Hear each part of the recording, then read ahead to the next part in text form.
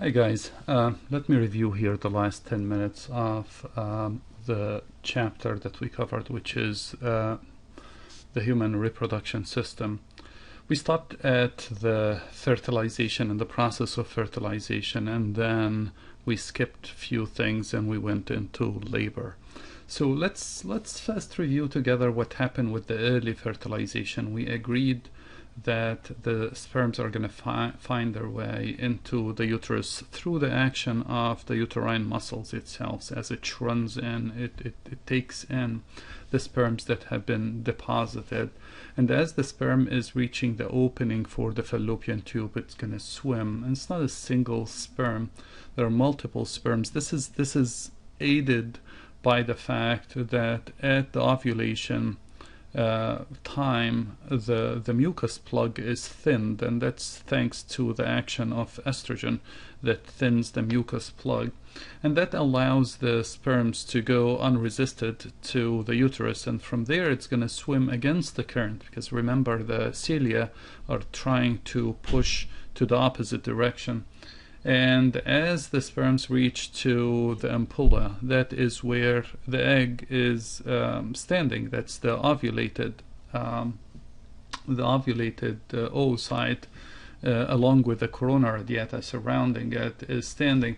And so the sperms are gonna fight for it, and they will, as we said earlier, only the first sperm that attaches and actually manages to penetrate the zona pellucida and stimulate the egg.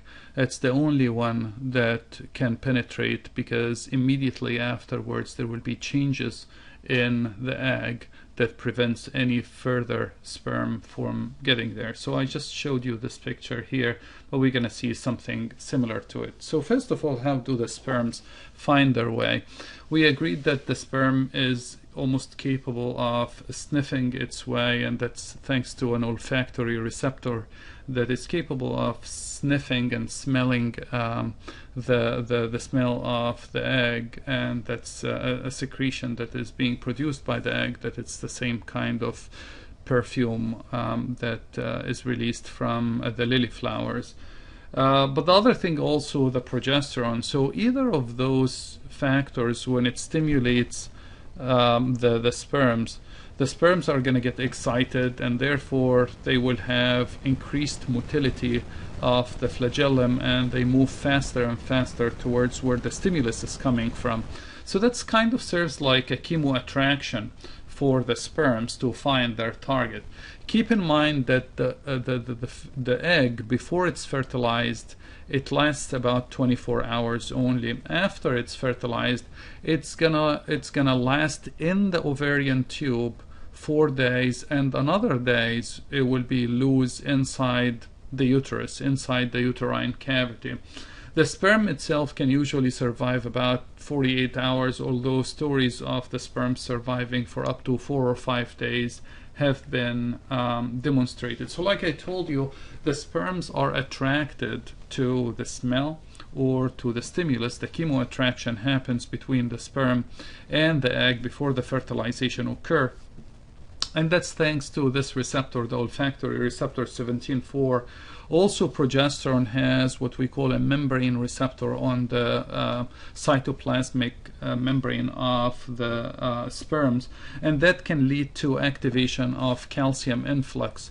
And the calcium alone can induce the capacitation and the activation of the acrosomal reaction of the sperm, and that increases the motility, and now the sperm is really ready for penetrating the egg. As I said earlier, the first sperm to reach, there is a protein on the sperm surface called fertilin that will bind to another protein on the egg surface, or the zona pellucida surface, called ZP3 protein. It's zona pellucida 3. And that will trigger a reaction in the sperm, and now the sperm is really moving fast, and it's gonna pop the acrosomal content, and therefore will chew its way through the zona pellucida, and now it will deposit the chromatin within the cytoplasm of the egg. immediately there will be a rearrangement within hours. There will be rearrangement of the chromosomes, and that's thanks in part because the sperm will also deposit a centromere. So the cell is halfway through division, and all what it will do is to rearrange those 1N and another 1N into making a 2N nucleus, and now you have a fertilized zygote. The tail, we don't really care about it, and it's going to stay outside. So here is the process again. So the sperm is going to bind. Here we have the fertilin, and it's going to bind to zona pellucida 3, and that will initiate acrosomal reaction. The acrosomal reaction will release the content, and now those contents are going to digest the zona pellucida, and therefore with the movement of the flagellum, that will push further and further the head of the sperm, and now the sperm head with the DNA, it got inside. But what's interesting about this process is, as this happens, there will be vesicles inside the egg, inside the ovum, and it's right against the membrane. As this is happening, those vesicles are going to pop, they're going to exocytose, and when they do this exocytosis, it's going to change the characteristics of the zona pellucida, making it hard, and so therefore no further sperms come, and they will also coat the ZP protein, and so even if a fertilin binds to it, it's not gonna be recognized, and it's not gonna work in order to internalize the head of the sperm. So this is pretty much how the egg prevents polyspermia, which is the entrance of more than a sperm into the egg. And you can see from this scanned electron microscopy picture, one egg having tons of sperms on top of it, all are trying to fertilize that egg. And I said earlier, the sperms are getting into the uterus thanks to the suction action of the uterine contractions, which will shrun the sperms towards the ampulla, where the site of the fertilization is. Okay, so the fertilization took place, as I said earlier, immediately within few hours. Then there will be rearrangements of the chromosomes, and now you will have the fertilized zygote. The fertilized zygote will divide, will give you 2 cells, the 2 cells will give you 4, 4 will give you 8, and so on. And then you have a solid mass, and we call that mass the morula. And all of that will happen within the time it still is inside the fallopian tube. Later on, after about 4 days, when the progesterone that is being secreted by the corpus luteum has already stimulated the endometrium and made the endometrium ready, then this part, the isthmus, this narrow part of and the uterine part of the fallopian tube is going to widen up, and it's going to soften, and therefore this morula is going to be able to enter to the uterine cavity. In the uterine cavity, is going to spend another 4 days feeding on the glycogen that's being secreted and feeding on the secretion that's coming from the secretory phase. Remember, the progesterone caused the secretory phase of the endometrium. And then finally, as the progesterone makes the endometrium very ripe, then implantation will occur, and the implantation will involve the next structure, which is called the blastocyst. So it's pretty much the morula, but now has divided more. There is inner cell mass, and that will make the embryo. And then we have a sac. This sac here, we call it the trophoblast, which is part of the blastocyst.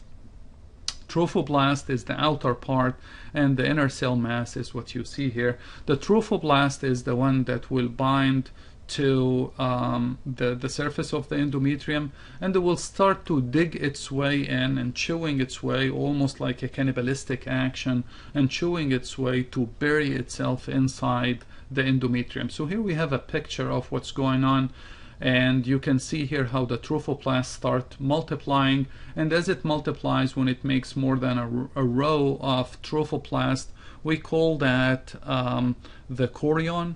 And it's the chorion that secretes the chorionic gonadotropin. And as I told you in the lecture, the chorionic gonadotropin is the one that will keep the corpus luteum action, because you definitely need the estrogen, you definitely need the progesterone until the placenta can make its own estrogen and progesterone.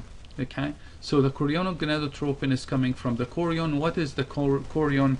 It's the thickened trophoblastic cells that will be buried in the endometrium. Okay, so the part which is opposing the trophoblast here, it's called the decidua, which is part of the endometrium that will be just on the opposite side. And those villi from here and the villi from the and the columns from the placenta will create you the primitive, not the placenta, I'm sorry, from the endometrium, will create you the primitive placenta, where the exchange of material gonna happen between the embryonic portion and the maternal portion. All right. So why do we need the placenta? Well, first of all, it's a barrier and it's an exchange place, and then it secretes to us the hormones that you see in front of you, the human chorionogonadotropin, which is almost the equivalent of luteinizing hormone, but it's much more powerful and it lasts longer. And some people can develop a bad reaction, which causes, by the way, the morning sickness. And then we have estrogen and progesterone. Estrogen is actually estriol, which is E3, which is weaker than estradiol, but it still works, and we will talk about the functions of estrogens later on. And then we have the progesterone. So these are the hormones that will come about, and initially you will have very high. These are the months after the missed period, the last period, and you will have the human chorionogonadotropin that doesn't last too long, about 3 months or so when it's really high.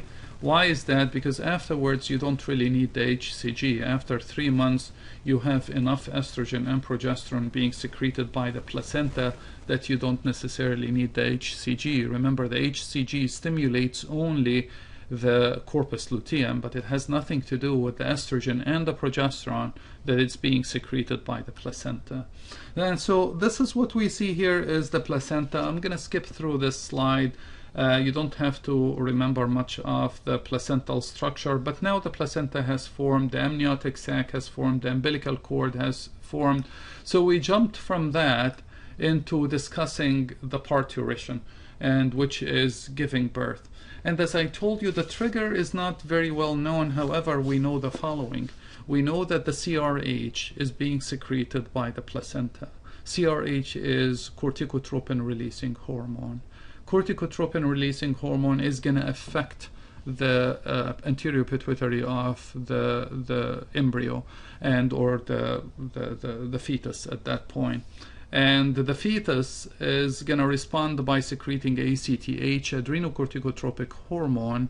Adrenocorticotropic hormone is going to stimulate the adrenal cortex to make more cortisol. The cortisol, we agreed that it's going to stimulate the maturation of the lung by stimulating your surfactant, which prevents the lung collapse. At the same time, as we learned in the endocrinology, ACTH, adrenocorticotropic hormone, is also capable of stimulating DHEA, dehydroepiandrosterone. Now the DHEA is going to be converted by the placental enzymes into estriol, which is the estrogen. And that estriol is going to make changes in the uterus, increases the sensitivity of the uterus to the oxytocin, and increases the gap junctions between the muscle cells inside the uterus, and therefore now the uterus is really ready for the labor process to occur. That's what we want to remember. Then later on, the labor process itself will be initiated. It starts with light contractions, and then the contractions, as the sensitivity to the oxytocin rises and the contractions become more and more aggressive, the head of the fetus will get squeezed into the cervix of the uterus, and some say this will cause stress on the uterine head, and the stress will initiate even more release of DHEA, and then there will be a cycle. There are theories behind that which will initiate the labor, and now as the labor is progressing, the stretching of the cervix of the uterus will result in secreting more oxytocin from the hypothalamus, which stores, as we know, the secretion in the posterior pituitary, and now you have more oxytocin. More oxytocin will cause more contraction, so this is a positive feedback mechanism, and therefore the labor will actually start. But it's important for us to understand the role of DHEA. Where did it come from? How did it get stimulated?